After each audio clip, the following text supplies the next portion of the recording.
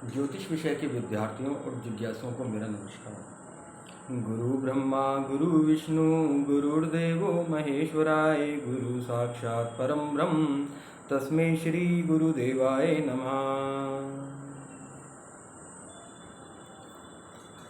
आते हैं अपने उसी सूत्र पर जिसको हम साथ लेकर के चलते हैं। 9 ग्रह, 12 भाव, 12 राशियाँ, 27 नक्षत्र और ग्रहों के परस्पर इनसे संबंध। सभी ग्रह शुभ, सभी ग्रह अशुभ, सभी राशियां शुभ, सभी राशियां अशुभ, योग शुभ या अशुभ, इन सभी के बीच स्थापित संतुलन को ही हम कुंडली विवेचन का आधार बनाते हैं। और उस संतुलन को स्थापित करने के लिए पहले हमारे भीतर स्वयं में संतुलन स्थापित होना चाहिए, जिसके लिए विद्वजनों ने पूजा, प्रार्थना, आराधना, ध्यान या मेडिटेशन जो भी बातें कही हैं। इसलिए एक कुशल विश्लेषक होने के लिए आपका स्वाभाविक रूप से स्वयं तटस्थ होना पहला नियम होता है। 100% ना हो सके तो जितना हो सके उतना तो हो, इसको अदरवाइज ना लें। सभी का अपना अपना पैमाना है। इसीलिए सूर्य उपासना करें, ईष्ट उपासना करें, कुल देवता का ध्यान करें, ग्राम देवता का ध्यान करें, स्थान देवता का ध्यान करें, अपने गुरुजन को याद करें और कुंडली विवेचन आरंभ करें। कुछ पलों का ये काम होता है। आप जब इसी सूत्र को आधार बनाकर अपनी कुंडली विवेचन आरंभ करते हैं तो आप विश्वास कीजिए कि आपके ही विवेचन में मोर एक्यूरेसी आने लगती है स्वयं ही। हम फिर से शुरू करते हैं भाव, ग्रह, राशियों के परस्पर संबंधों को लेकर।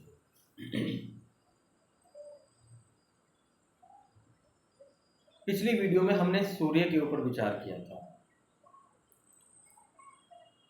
क्योंकि हमारे समझ कुंडली विवेचन के लिए आने वाला प्रत्येक व्यक्ति एक सांसारिक व्यक्ति है, इसीलिए हमें ये प्रयास करना चाहिए कि संसार में हो रही गतिविधियों के प्रति सजग रहना चाहिए।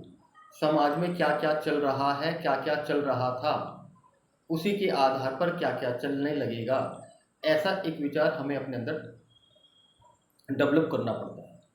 निरंतर सीखना पड़ता है, निरंतर लोगों से मिलना पड़ता है। जब हम लोगों से मिलते हैं तभी हमें लोगों की मनोस्थितियाँ पता चलती हैं और अनुभूत होती हैं। हर किसी कुंडली विश्लेषक के अपने अपने भी ग्रह स्थापित होते हैं। सभी का अपना सूर्य है, सभी के अपने चंद्रमा है, सभी के अपने गुरुदेव हैं, सभी के अपने राहु केतु मंगल बुध शुक्र शनि है। अपनी ऊर्जा के आधार पर ही आप दूसरे की ऊर्जा को समझना शुरू करें। आपके गुरु ने आपको क्या दिया, किसी भाव विशेष में, राशि विशेष में स्थापित होकर कितना दिया, स्वयं समझें। आपके मंगल ने आपको कितना साहस दिया, कितनी प्रॉपर्टी दी, कैसे छोटे बहन भाई दिए, कैसा माइंडसेट दिया, तकनीकी दिया, कितनी हिम्मत दी है, कितना ऊर्जावान बनाया है किसी भाव में स्थित होकर आपके लिए। इसी प्रकार अन्य सभी ग्रहों से विचार किया जा सकता है।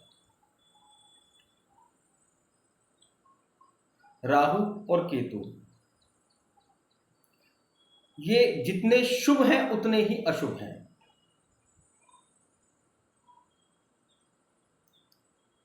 अतः विवेचन के लिए कुंडली विचार करते समय अगर आप राहु से संबंधित दशाओं को विचार कर रहे हैं अथवा केतु से संबंधित दशा का कोई विचार करें तो सर्वप्रथम कुंडली में जो प्रॉमिस्ड है उसको समझें कि अगर राहु आमुक भाव में स्थापित हैं, आमुक ग्रह से दृष्ट हैं, तो ये चीज़ देने की संभावनाएं प्रदर्शित हो रही हैं या ये अवगुण होने की संभावनाएं प्रदर्शित हो रही हैं।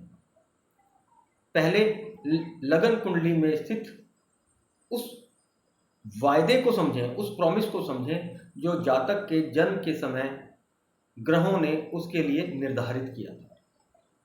दशाएं आती रहेंगी, दशाएं जाती रहेंगी, दशाएं आती रहेंगी, दशाएं जाती रहेंगी। कोई चीज़ इस दशा में मिली, कोई चीज़ उस दशा में मिली। सभी चीज़ें एक दशाएं में नहीं मिलती हैं, प्रारूप है। ऐसा कैसे हो सकता है संतान पहले हो शादी बाद में हो? ऐसा कैसे हो सकता है नौकरी पहले लगे पढ़ाई बाद में हो? एक सीक्वेंस है।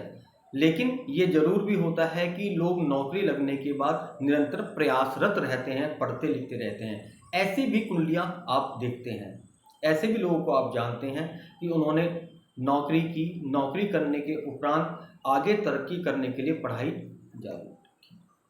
उसके लिए आप देखते हैं कि उनके जुपिटर मजबूत होने चाहिए, क्योंकि वो पढ़ाई नौकरी पाने के लिए नहीं थी और आगे ग्रोथ करने के लिए थी। तो ये समझना पड़ता है कि समाज में जो कुछ हो रहा है उनमें से ही कोई ऐसी घटना उस व्यक्ति के साथ घटित हो रही है जो सामाजिक घटना है।